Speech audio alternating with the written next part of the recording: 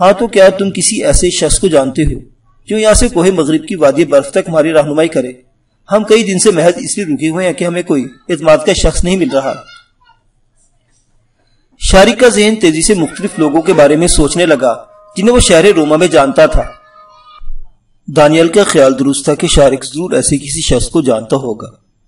کچھ دیر کے توقف کے بعد شارق نے کہا، امیدون سے بات کر کے دیکھتے ہیں، وہ کون ہے؟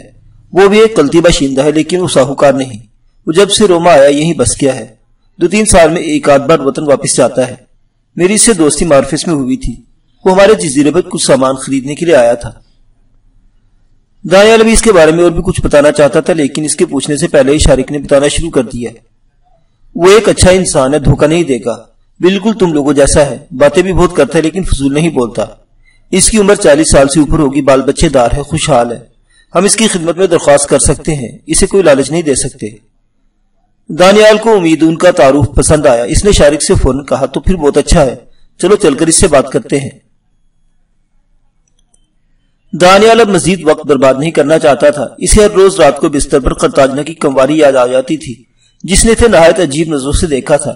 ان نظروں میں کوئی ایسی بات تھی کہ دانیال انہیں آج تک نہیں بھلا سکا۔ وہ ایک بار پھر قرطاجنہ کی کنواری سے ملنا چاہتا تھا، اسے معلوم تھا کہ قرطاجنہ تیزی کے ساتھ جنگ کی لپیٹ میں آنے والا ہے۔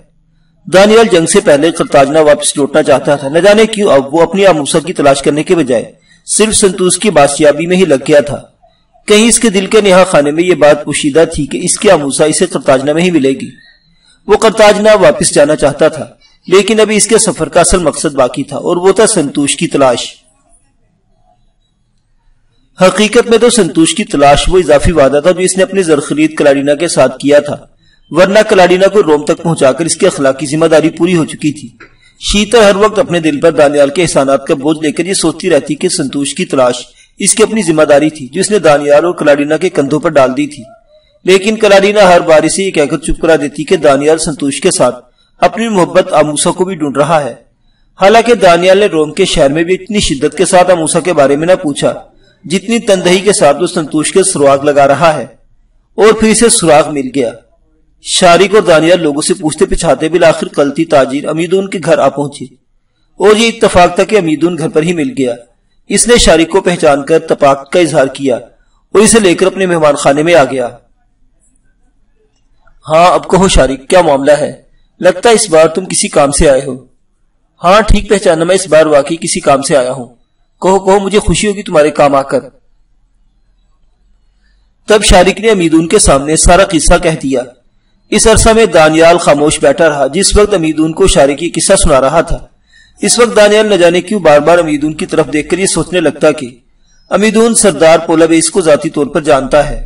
اور پھر وہی ہوا، جب قصہ تمام ہوا تو امیدون نے شارق اور دانیال کو مخاطب کر کے کہا، میں سارا معاملہ سمجھ گیا ہوں، میں سردار پولابیس کو ذاتی طور پر جانتا ہوں، اور میں نے اس غلام لڑکے کو بھی دیکھا ہے جسے پولابیس نے بولی کے درمیان خریدا۔ لیکن یہ معاملہ اتنا آسان نہیں جتنا آپ لوگ سمجھ رہے ہیں۔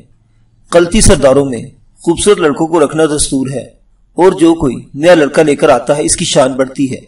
ایسی صورت میں ان کا سر چلا جائے تو جانے دیتے ہیں، لیکن لڑکا ہاتھ سے نہیں جانے دیتے۔ اوپر سے ستم یہ ہے کہ سردار پولابیس نہایت کینہ پرور انسان ہے۔ اسے اگر ذرا سی بھی بھنک پڑ گئی کہ میں نے آپ لوگوں کا ساتھ دیا یا آپ کی کچھ مدد کی ہے تو وہ میرے بڑے والدین اور بہن بھائیوں کو زندہ جلا دے گا۔ اس لیے میں تو آپ لوگوں کے کسی کام نہیں آ سکتا، اور نہ ہی پولابیس کے خلاف آپ کو کوئی مشورہ دے سکتا ہوں۔ شارق اور دانیال امیدون کی بات سن کر ہکا بکا رہ گئے۔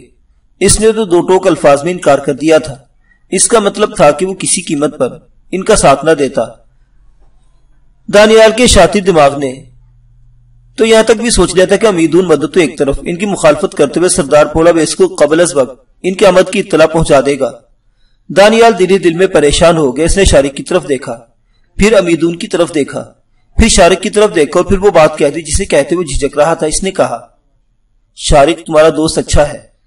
اس نے صاف انکار کر دیا، لیکن کوئی لگی لپٹے نہیں رکھی۔ لیکن اس وقت اچھا نہیں ہوگا جب ہمارے پہنچنے سے پہلے سردار پولابیس کو ہماری آمد کی خبر مل جائے گی۔ شارق نے اس نکتے اور اس پہلو پر تو غور ہی نہیں کیا تھا، معنی سے بھی امیدون کے رویے سے ایسی ہی بو آنے لگی۔ سچ مچ وہ ایسا کر سکتا تھا۔ شارق اسے جانتا تو پھر سردار پولابیس تو اس کا ہم وطن بھی تھا۔ مان شارق کے اندر موجود قزاق نے گرائی لی اور اس نے امیدون کی آنکھوں میں آنکھیں ڈالتے ہوئے دانیال سے کہا۔ اصل میں وہ مخاطب تو دانیال کو کر رہا تھا، لیکن اس کا روئی سخن امیدون کی طرف ہی تھا۔ اس نے کہا تھا، دانیال، تمہارے نزدیک ایسی قوم کی کیا سزا ہو سکتی ہے جو عورت کے بجائے لڑکوں سے جنسی فعل کی عادی ہو؟ امیدون کے پلے کچھ نہ پڑا کہ شارق ایسی بات کیوں پوچھ رہا ہے۔ وہ خاموش رہا۔ دانیال نے شارق کی بات کا جواب دیا، ہمارے مذہب میں ایسے گناہگار کو سنسار کیا جاتا ہے، یعنی پتھر اور کنکریوں کی بارش کر کے جان سے مار دیا جاتا ہے۔ امیدون کی روح کانپ گئی، حالانکہ وہ خود مرد پسند نہیں تھا، لیکن پھر بھی وہ ڈر گیا۔ شارق کے لہجے میں تلخی اتنی تھی کہ امیدون خوفزدہ ہو گیا۔ تب شارق نے براہ راست امیدون سے بات کی، سنو، تم میرے اچھے دوست ہو، ہم ایک عرصے سے ایک دوسرے کو مل رہے ہیں۔ میری ایک بات غور سے سنو، ہماری بابت سردار پولا بے سے کوئی بات نہ کرنا، اسی میں تمہارا بھلا ہے۔ اگر وہاں تمہارے والدین اور بہن بھائیوں کو خطرہ ہے تو یہاں روما میں تمہارے بیوی بچوں کو خطرہ ہے۔ بہتر ہے تم اس معاملے کو بھول جاؤ، ہم جانے ہمارا کام۔ امیدون اکھڑ مزاج شارق کو اچھی طرح جانتا تھا کہ وہ کسی سعادت مند بچے کی طرح سر ہلانے لگا۔ اس نے فوراً کہا، میں سمجھتا ہوں شارق، تم فکر مت کرو، یہ بات مجھ تک ہی رہے گی، لیکن میں اتنا بتا دوں، تمہارے ساتھ کوئی بھی غلطی نہیں دے گا، چاہے تم اسے کتنی بھی دولت کا لالچ دے دو۔ وہاں زمرد کی کانیں ہیں اور غلطی باشندے دھن دولت کو اہمیت نہیں دیتے۔ بظاہر شارق کو دانیال کی یہ صورتحال لاینحل تھی، لیکن پھر بھی شارق نے واپسی پر دانیال کو تسلی دی اور کہا، ہم ابھی ہمت نہیں ہاریں گے، ہم اور لوگوں کو آزمائیں گے، اور اگر بغرض محال کوئی راضی نہیں ہوا تو پھر ہم وادی برف کی طرف چل پڑیں گے۔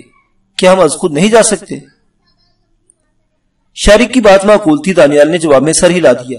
وہ دونوں واپس بازار کی طرف پلٹ گئے۔ شام ہونے والی تھی اور اندھیرا چھانے کے بعد ان کا کہیں نکلنا ویسے بھی درست نہیں تھا۔ چنانچہ دانیال شارق کو لے کر اپنی سرائے چلا آیا۔ سرائے میں دانیال اور کیدار کے لیے الگ کمرہ تھا اور شیتل اور کلاڈینا کے لیے الگ۔ دانیال شارق کو اپنے کمرے میں لے کر داخل ہوئے تو کمرے میں موجود کیدار اچھل کر کھڑا ہو گیا۔ وہ سوچ بھی نہیں سکتا تھا کہ مارفیز جزیرے کا قزاق جس نے انہیں گرفتار کیا تو جس کے ساتھ کیدار کی جنگ ہوئی تھی، اور یوں ان کے پیچھے روم حتیٰ کہ ان کے کمرے تک چلا آئے گا۔ کیدار نے سوال پوچھنے کے انداز میں دانیال کی طرف دیکھا تو دانیال نے خود ہی بتانا شروع کر دیا، کیدار، شارق اب ہمارا دوست ہے، اسے ہماری وجہ سے اپنا جزیرہ چھوڑنا پڑا، یہ جزیرہ بدر ہو کر یہاں چلا آیا، اب یہ ہمارے ساتھ رہے گا۔ کیدار عجیب عجیب نظروں سے شارق کی جانب دیکھتا ہوا آگے بڑھا۔ اس نے بے دلی سے ہاتھ آگے بڑھایا اور شارق سے سلام لیا۔ دانیال نے پھر کہا، نہیں کیدار، اس طرح نہیں، دوستوں کی طرح ملو، شارق اب ہمارا دوست ہے۔ کچھ دیر گزری تو دوسرے کمرے سے شیتل اور کلاڈینا بھی آ گئی۔ دونوں کی آنکھیں حیرت سے پھیل گئی۔ انہوں نے ناگوارے سے شارق کی جانب دیکھا تو شارق کو دھچکا لگا۔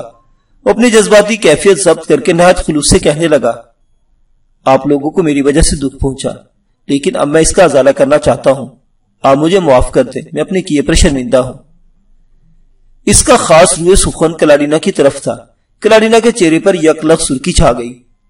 وہ منہ سے کچھ نہ بولی، لیکن سرخ چہرہ اور حیرت بھری نظروں سے شارق کو تکتی رہی، اور پھر دھیرے دھیرے سب ٹھیک ہو گیا۔ معزز سامعین حضرات، قرطاجنہ کی حسین داستان ابھی جاری ہے، بقیہ واقعات اگلی قسط میں۔ دیکھتے رہیے ناولستان، اسلامی اور تاریخی کہانیوں کا مرکز۔ اللہ حافظ۔